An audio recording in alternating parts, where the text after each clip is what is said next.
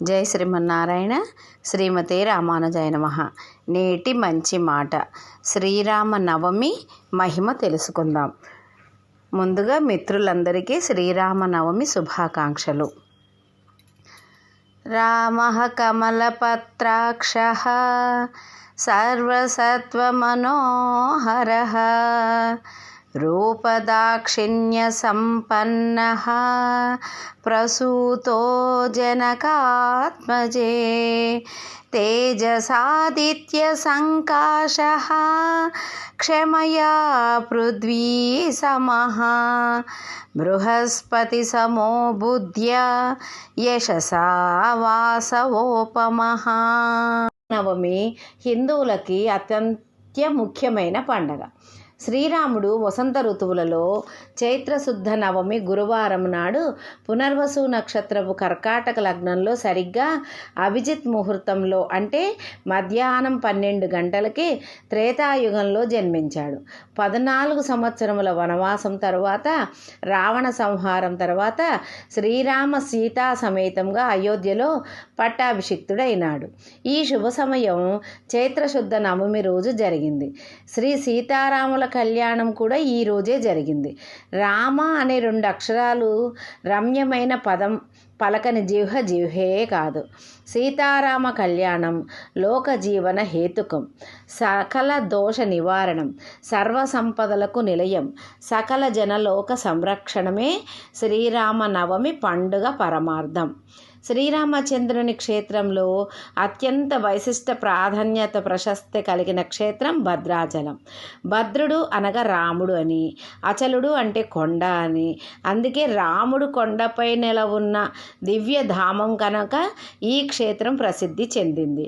రాముడు మన జీవనానికి అంతర్వాహిని లాంటివాడు. రాముడు ఆచరించి చూపిన జీవన శైలిని మనం ఆచరించినట్లయితే తిరిగి రామరాజ్యం భూమిపై వెలుస్తుంది. అంటే రాముడు మానవుడు అనుకోండి. ఆయన అనుభవించిన సుఖాలు చదివి మనం ఆనందిస్తాం, కష్టాలకు చెలించిపోతాం. విజయాలు చదివితే ధర్మం జయించిందని గర్వపడతాం. కష్టాలలో కూడా ఎలా మనోధైర్యంగా ఉండాలో నేర్చుకుంటాం. ధర్మ మార్గంలో నడవటం అలవాటు చేసుకుంటాం. అదే రాముడు దేవుడు, అవతార పురుషుడు అనుకుంటే దేవుడు కాబట్టి సాధ్యమైంది అనుకుంటాం. మానవ మాత్రం మన వల్ల ఏమవుతుంది అనుకుంటాం. ఇదే రామాయణ పరమార్థం. మానవుడు ఎలా ఉండాలో చెప్పింది కూడా రామాయణమే. దీనికి నాంది ఇంకో ముఖ్య కారణమే రావణుడు అనే రాక్షసుడు బ్రహ్మ వల్ల దేవ దానవ యక్ష కిన్నెర గంధర్వులలో ఎవరి వలన మరణం లేని వరాన్ని పొందాడు. వరగర్వంతో ప్రాణకోటిని హింసిస్తున్నాడు.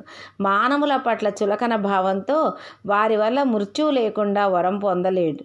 అందువల్ల రాముడు మానవుడైతే తప్ప రావణ సంహారం జరగదు.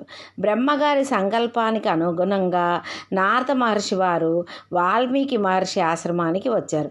అప్పుడు సంభాషణలో వాల్మీకి వారు ఇలా అడిగారు: ఓ నారదమునీంద్ర, సకల సద్గుణ సంపన్నుడు, ఎట్టి విపత్కరు పరిస్థితిలోనూ తొనకని వాడు, సకల ధర్మాలు తెలిసినవాడు, శరణాగత వత్సలుడు, ఆడి తప్పనివాడు, సకల ప్రాణులకు హితము కూర్చువాడు, ధైర్యశాలి, అరిషడ్వర్గమును జయించినవాడు, అరివీర భయంకరుడు అయినటువంటి మానవుడు ఈ లోకంలో ఉన్నాడా అని ప్రశ్నించారు. దానికి సమాధానంగా నారదుల వారు చాలా సంతోషంతో ఇలా చెప్పారు: మీరు అడిగిన సమస్త సద్గుణాల రాశి పోసి మానవ రూపం ఇస్తే ఎలా ఉంటుందో అతడే శ్రీరామచంద్రమూర్తి. ఇక్ష్వాకు వంశంలో దశరథుడికి పుత్రుడిగా జన్మించాడని చెప్పి రామకథను కూడా వివరించాడు. శ్రీరామ రామ రామేతి రమే రామే మనోరమే సహస్రనామ తత్తుల్యం రామనామవరాననే. కనుక శ్రీరామచంద్రమూర్తిని ఆదర్శంగా తీసుకొని ధర్మ మార్గంలో నడుద్దాం. జై శ్రీమన్నారాయణ.